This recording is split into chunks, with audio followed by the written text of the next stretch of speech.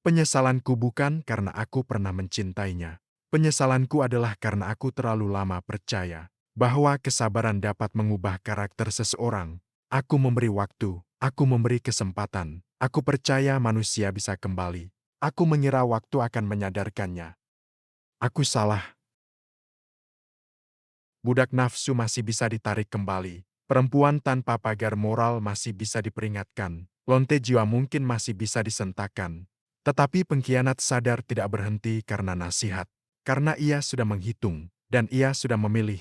Bahkan setelah bukti berdiri terang, ia tetap tidak merasa bersalah.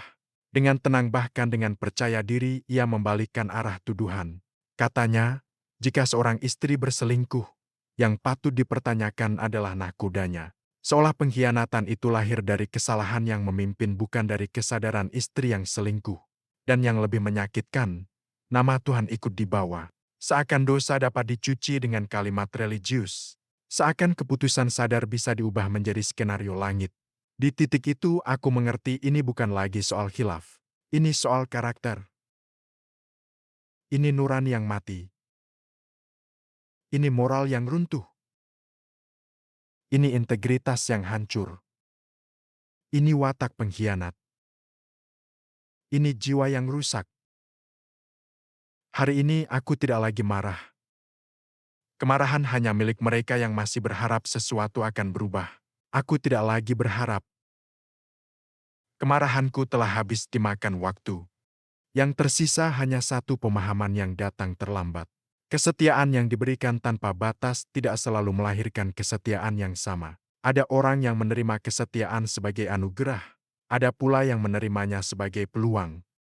Peluang untuk menguji batas kesetiaan. Peluang untuk terus melangkah ke pelukan pria lain, tanpa takut kehilangan suami yang menunggunya di rumah. Dan ketika kesetiaan diperlakukan seperti itu, ia tidak lagi menjadi ikatan. Ia berubah menjadi kelemahan yang dimanfaatkan. Bukan lagi sesuatu yang dijaga bersama, melainkan sesuatu yang dieksploitasi dalam diam. Seseorang tetap setia, sementara yang lain menggunakan kesetiaan itu sebagai tempat berlindung untuk menjalani kehidupan yang berbeda di luar rumah. Kesetiaan akhirnya tidak dihargai. Ia hanya menjadi pagar yang menahan satu orang di dalam, sementara yang lain bebas melangkah keluar tanpa rasa takut kehilangan. Waktu terus berjalan, tahun demi tahun berlalu. Dan waktu yang telah hilang tidak pernah bisa diputar ulang. Itulah penyesalan terbesarku. Bukan karena aku kalah, tetapi karena aku terlalu lama percaya pada seseorang yang sejak lama tidak lagi memilihku. Hari ini aku tidak kehilangan seorang istri.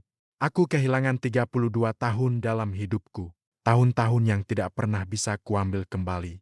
Sebagian orang kehilangan pasangan. Aku kehilangan 32 tahun dalam hidupku.